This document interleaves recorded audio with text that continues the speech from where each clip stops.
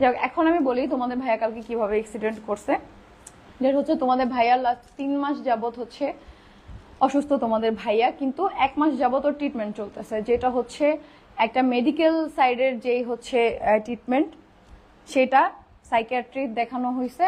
আর যেটা হচ্ছে কালো জাদুর জন্য যে ট্রিটমেন্টটা, ওটা কিন্তু আমরা পরে শুরু করছি, আগে ওকে সাইকিয়াট্রিস্ট দেখাইছি না, তারপর হচ্ছে কালো জাদু। এটা তোমাদের আখি আপু থাকাকালীনই ও সব কিছুই জানে। তো ওর হচ্ছে সমস্যা যে মানুষের যে মানসিক সমস্যার এক একটা ধাপ থাকে, ওর হচ্ছে একদম লাস্ট পর্যায়ে। তো তখনই ডক্টর আমাদেরকে বলে দিছিল যাতে ও হাইপার হলে আমরা সবাই কুল থাকি, ওর মানসিকভাবে টেনশন না করে, বা হচ্ছে সবসময় ওর সাথে মানে একটা বাচ্চাকে যেভাবে ট্রিট করা হয়, আমি আসলে আগে কখনো এভাবে মানে মেন্টালি অসুস্থ বা প্রবলেম কোনো মানুষ আমি দেখি নাই আমার কাছ থেকে, বা থাকি নাই, বা হচ্ছে কোনো আত্মীয় স্বজনের মধ্যে আমি দেখি নাই, এই জন্য আমি এটা ইউজ টু না। তো এটা বুঝতে বুঝতে আমাদের টাইম লাগছে, তোমাদের ভাইয়া যে অসুস্থ সেটা বুঝতে বুঝতে আমাদের একটা সময় লাগছে। এটা পুরোপুরি এটা শিওর হয়েছে কিছুদিন আগে।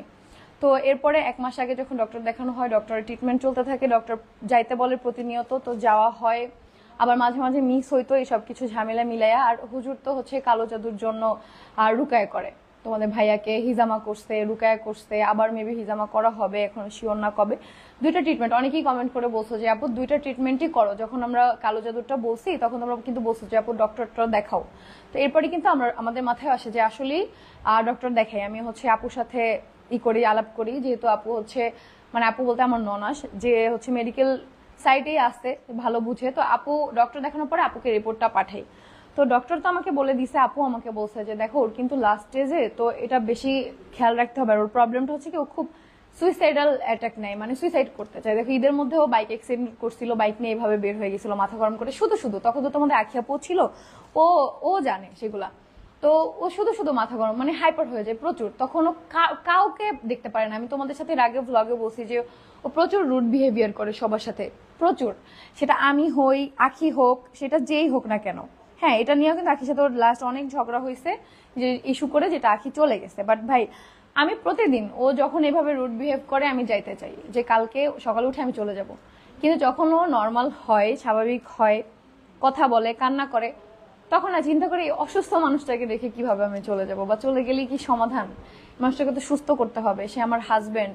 এখন সে যখন ভালো ছিল, সে এত ভালো লাইফ দিছে আমাকে, এখন আমি তাকে ছেড়ে চলে যাব তার খারাপ সময়, এই কথাই চিন্তা করি।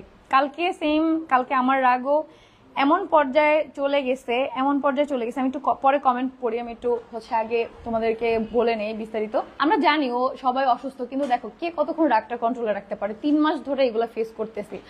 আসলে আমরা বাসার প্রত্যেকটা মানুষ, শুধু আমি বউ বলে, বা আখি যতদিন ছিল, আখি তো গেছে আর 1 মাসও হয় নাই, তো ওই অসুস্থ যে টার্মস গুলো তো আখিও দেখে গেছে, অনেক কিছু ফেস করছে। আখির সাথেও অনেক রুড হয়েছে, সেম আমার সাথেও রুড হয়েছে, বাসার প্রত্যেকটা মেম্বারসের সাথেও রুড হয়েছে।